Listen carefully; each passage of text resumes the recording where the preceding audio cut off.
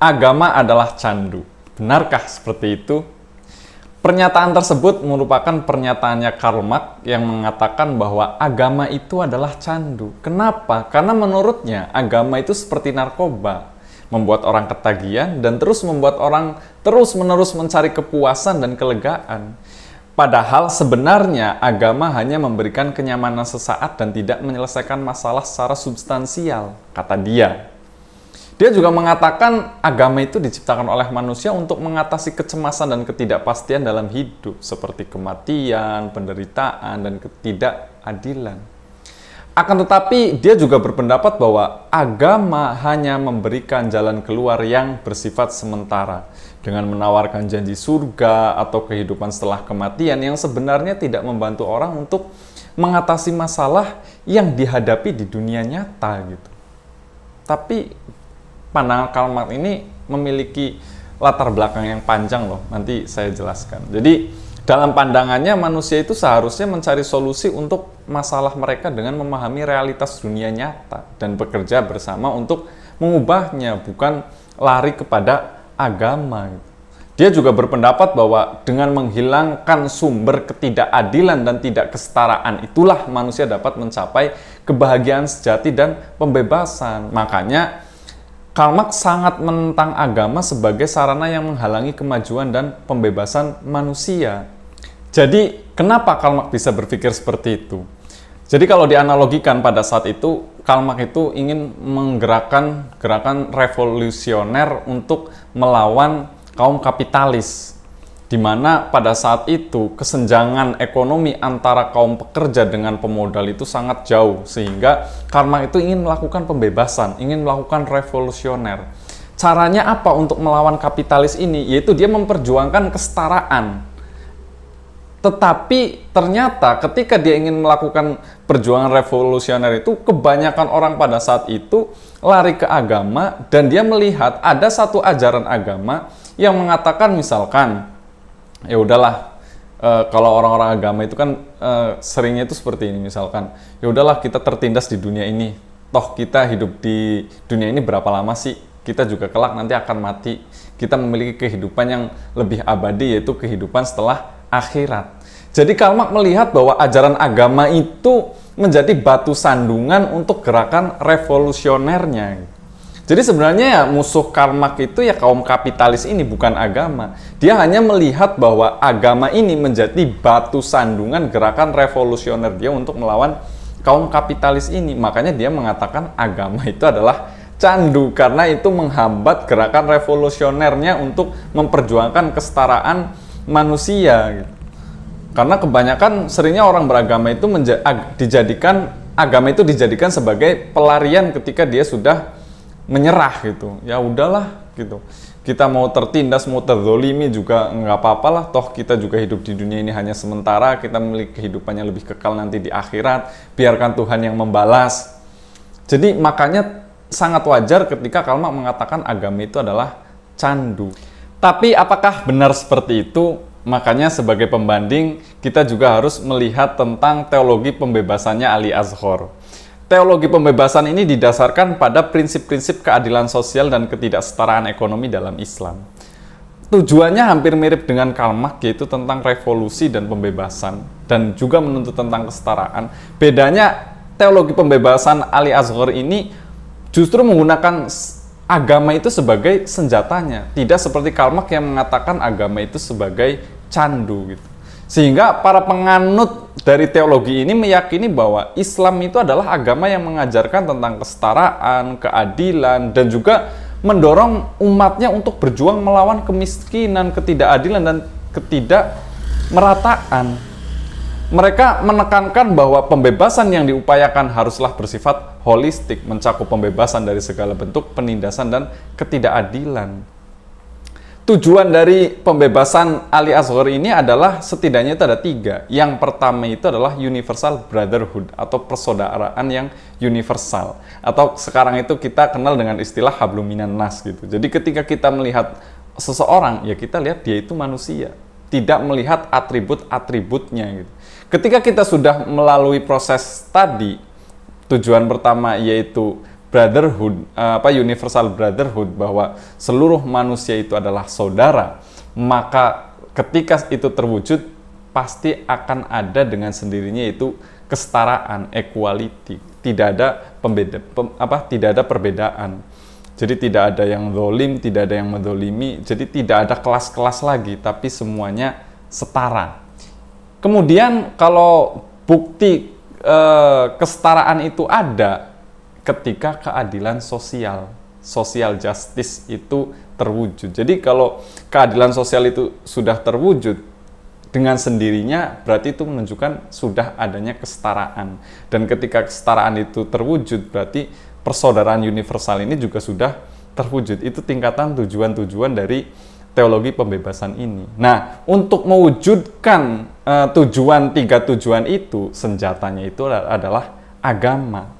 Makanya dalam teologi ini, mereka menganggap bahwa agama itu memiliki dua wajah. Satu, wajah yang pertama itu adalah agama sebagai keluhan kaum tertindas atau sebagai pelarian. Yang kedua, agama menjadi senjata untuk revolusi melawan status quo yang zalim itu. Makanya Karl Marx itu masuknya itu ke kategori yang pertama. Agama menjadi candu jika satu, agama itu menjadi side of oppression, yaitu keluhan orang-orang yang tertindas. Kebanyakan, misalkan banyak orang yang beragama, yang lari ke agamanya itu ketika mereka sudah menyerah, ketika mereka tertindas. Jadi ketika mereka dizolimi, ketika mereka tertindas, larinya ke agama. Ya sudahlah, kita terima saja hidup seperti ini karena memang hidup ini hanya sementara. Seperti yang tadi digambarkan oleh Karl Marx itu. Yang kedua, heart of heartless world, yaitu main perasaan di tengah dunia yang tidak berperasaan. Gitu. Kita tahu dunia ini kejam gitu. Tetapi kalau misalkan agama dijadikan hanya sebatas tadi heart of heartless, kita main perasaan di tengah dunia yang tidak berperasaan, ya menyerah, terus tidak semangat, menerima takdir, ya berjalan apa adanya, apa kata Tuhan, seperti. Jadi seolah-olah manusia itu tidak punya kuasa atas dirinya, semuanya diserahkan kepada takdir misalkan. Jadi apa ya? Makanya Karl Marx mengatakan agama seperti candu, yaitu. Dan yang terakhir adalah spirit of spiritless situation, semangat rohani di tengah dunia yang tidak peduli tentang rohani gitu. Makanya agama menjadi candu jika tiga hal ini dilakukan oleh penganut agama tersebut gitu. Bukan dijadikan agama itu sebagai revolusioner gitu. Tetapi agama dijadikan sebagai pelarian. Makanya kan banyak orang yang tidak bersemangat, tidak ketika dizolimi, ketika ditindas, ya mereka terima-terima saja gitu, karena menganggap bahwa ya sudah, ini sudah suratan takdir gitu, dan kita hidup di dunia ini juga hanya sementara, kelak orang yang sabar itu akan masuk surga gitu. Jadi lebih menerima penindasan atas dasar tadi, side of oppression, hanya menjadi keluhan-keluhan orang-orang yang tertindas gitu. Nah, inilah yang dimaksud Karl Marx itu. Jadi agama menjadi candu. Makanya dalam teologi pembebasan ini, ya agama bisa menjadi candu apabila masuk ke kategori yang pertama ini gitu. Jadi agama bisa menjadi candu, agama juga bisa menjadi senjata untuk revolusi. Karena banyak kok dalam sejarah-sejarah Islam terbukti bahwa banyak revolusi yang dilakukan atas dasar agama, atas dasar spirit beragama. Makanya dalam teologi ini, agama itu dijadikan sebagai senjata untuk melawan kezoliman. Agama bisa menjadi senjata paling efektif, tetapi kuncinya dua dalam teologi ini. Yang pertama kondisi sosiopolitik, yang kedua itu adalah apa yang dirangkul oleh agamamu. Apakah menjadi revolusioner atau hanya status quo tadi. Jadi tergantung kita menjadikan agama itu apa gitu. Agama itu bisa menjadi candu, bisa juga agama itu menjadi senjata untuk revolusi. Seperti tadi yang dikatakan di awal dalam teologi ini, bahwa agama itu punya dua wajah. Tapi jangan pilih yang pertama, tapi pilihlah yang kedua, yaitu agama menjadi senjata kita, panduan kita untuk hidup yang bermartabat sebagai manusia, bukan sebagai pelampiasan dari semua kesulitan kita. Dikit-dikit ketika ada kesulitan, ya udah larinya ke agama. Bukan juga sebagai tempat mengeluh gitu, bukan sebagai tempat kita menyerah dan frustasi.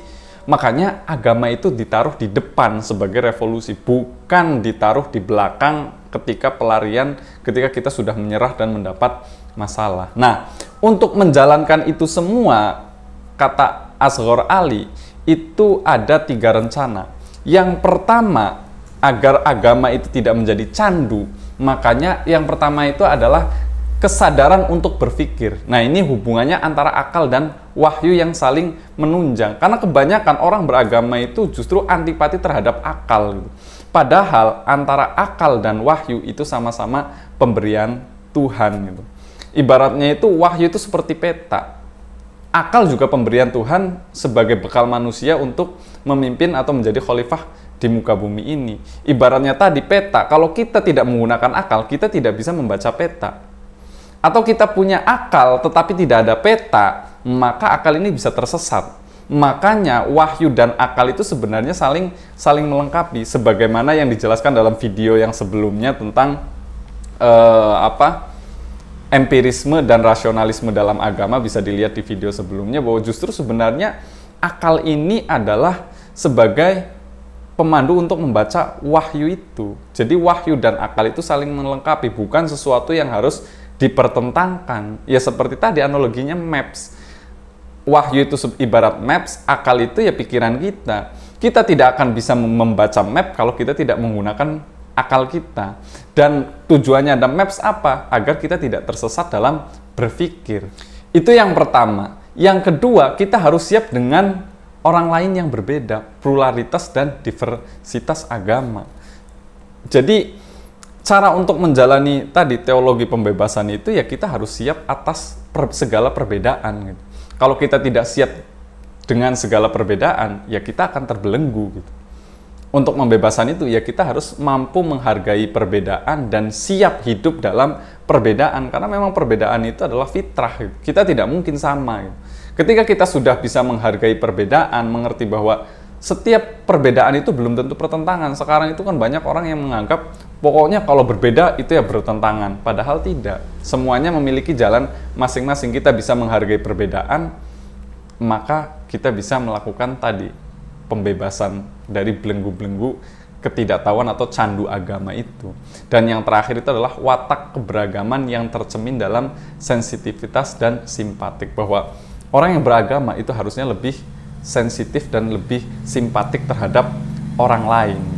Jadi cara untuk melakukan teologi pembebasan tadi agar agama tidak lagi menjadi candu itu tadi, yaitu mampu memahami antara akal dan wahyu, tidak mempertentangkan antara akal dan wahyu. Yang kedua, harus siap hidup dengan segala perbedaan, dan yang terakhir itu adalah sensitivitas dan simpatik dalam beragama. Itu.